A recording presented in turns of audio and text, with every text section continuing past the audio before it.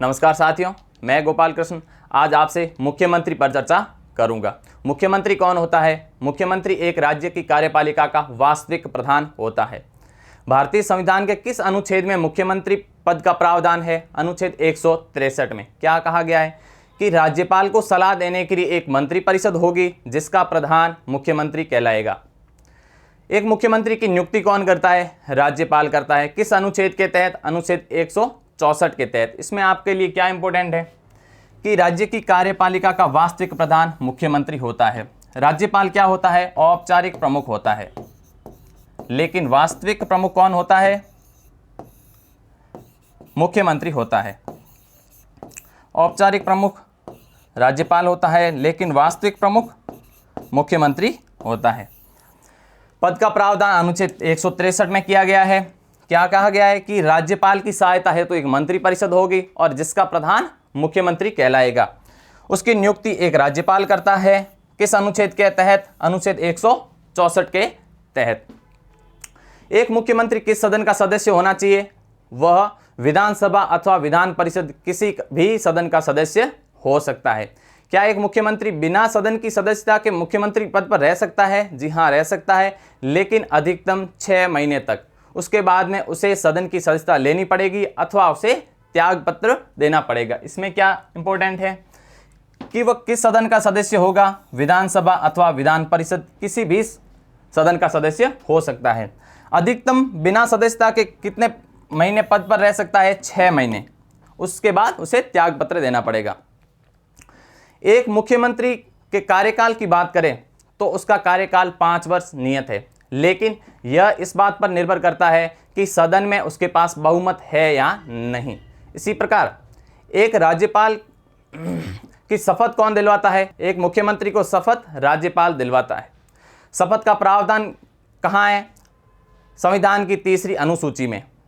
वो क्या शपथ लेता है? वह 2 शपथ लेता है। पहले मुख्यमंत्री पद की शपथ लेगा और उसके बाद में गोपनीयता की शपथ लेता है। इसमें आपके लिए क्या इंपॉर्टेंट है कि कार्यकाल सामान्यतः 5 वर्ष होता है, लेकिन यह विधानसभा के विश्वास पर निर्भर करता है। अर्थात विधानसभा में अगर उसे बहुमत है तो वह 5 वर्ष कार्यकाल पूरा करेगा, अन्यथा नहीं।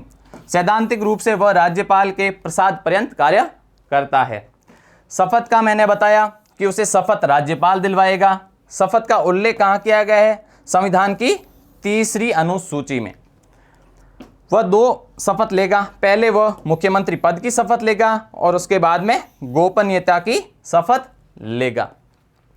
फिर हम बात करेंगे उसके वेतन भत्तों के बारे में और वह त्याग पत्र किसे देता है। एक मुख्यमंत्री के वेतन भत्तों का निर्धारण कौन करता है? राज्य का विधानमंडल।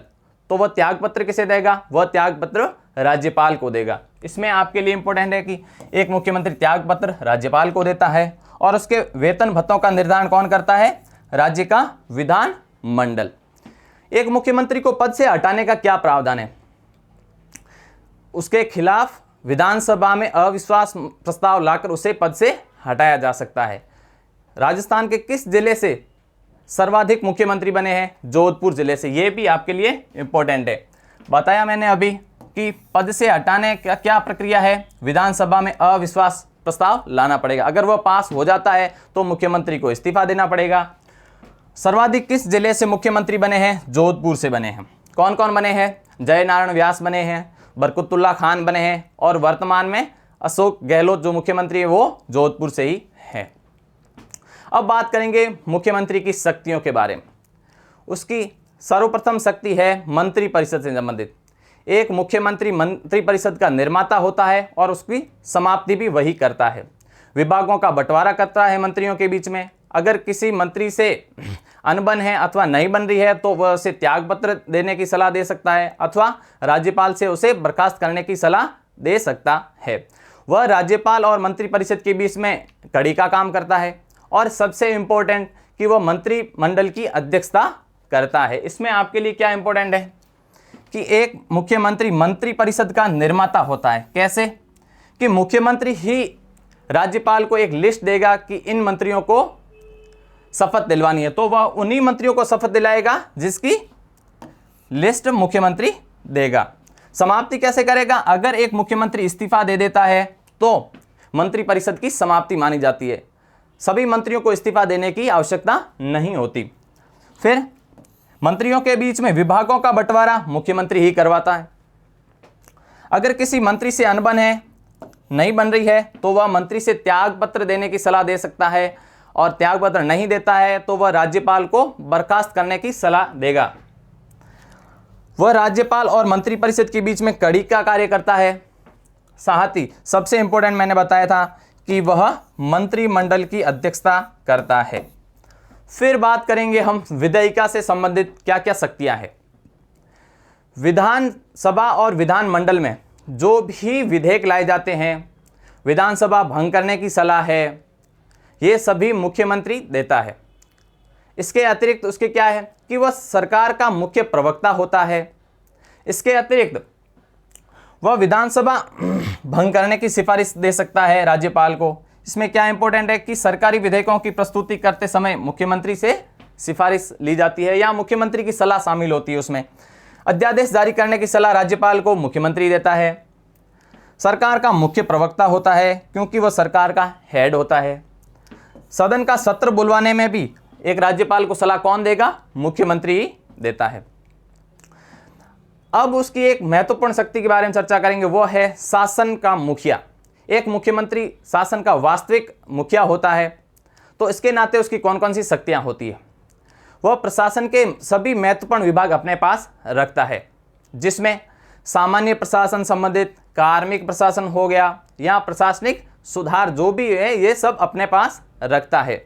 इसके अलावा है कि वो विभागों में समन्वय स्थापित करता है। साथ ही वह 3 आयोगों का सदस्य होता है, अंतर्राज्यीय परिषद और नीति आयोग और क्षेत्रीय परिषद। वह विभिन्न बोर्डों का अध्यक्ष भी होता है, जैसे राज्य आयोजना बोर्ड, मुख्यमंत्री सलाहकार परिषद और राज्य आपदा प्राधिकरण। इसमें अपने क्या इंपॉर्टेंट है कि प्रशासन के सभी महत्वपूर्ण विभाग वो अपने स्वयं के पास रखता है, भले वो सामान्य प्रशासन के हो, प्रशासनिक सुधार से संबंधित हो और कार्मिक विभाग से संबंधित हो। विभिन्न विभागों में समन्वय स्थापित कौन करता है? एक मुख्यमंत्री करता है। ये उसकी शासन मुखिया के रूप में शक्ति है। अंतर्राज्यीय परिषद का सदस्य होता है। अंतर्राज्यीय परिषद की स्थापना अनुच्छेद 263 के अंतर्गत कौन करता है? राष्ट्रपति करता है। अंतर्राज्यीय परिषद का अध्यक्ष प्रधानमंत्री होता है। सभी राज्यों के मुख्यमंत्री इसके सदस्य होते हैं। नीति आयोग का अध्यक्ष भी प्रधानमंत्री होता है और सभी राज्यों के मुख्यमंत्री इसके सदस्य होते हैं। क्षेत्रीय परिषद, इनके भी सदस्य कौन होते हैं? मुख्यमंत्री होते हैं। और मुख्यमंत्री रोटेशन वाइज एक वर्ष के लिए क्षेत्रीय परिषद की उपाध्यक्ष के रूप में भी कार्य करते हैं। उनका कार्यकाल उपाध्यक्ष के रूप में 1 वर्ष होता है और रोटेशन वाइज होता है। और इसके अलावा कि वो मुख्यमंत्री सलाहकार परिषद का अध्यक्ष होता है, राज्य के आयोजना बोर्ड का अध्यक्ष होता है और राज्य के आपदा प्रबंधन प्राधिकरण का भी अध्यक्ष कौन होता है? मुख्यमंत्री होता है। अब हम बात करेंगे मुख्यमंत्री के संवैधानिक कर्तव्यों की। अनुच्छेद 167 में मुख्यमंत्री के संवैधानिक दायित्वों अथवा कर्तव्यों की बात की गई।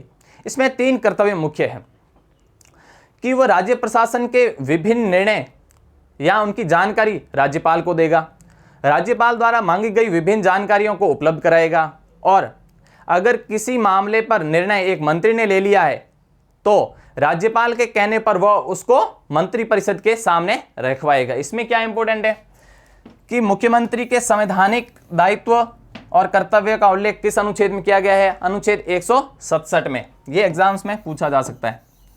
3 कर्तव्य है क्या कि मंत्रिपरिषद द्वारा निर्मित राज्य प्रशासन और विधान विषयक निर्णय की सूचना राज्यपाल को देता है और राज्यपाल द्वारा जो भी विषय के बारे में जानकारी मांगी जाती है वह उसे उपलब्ध कराएगा।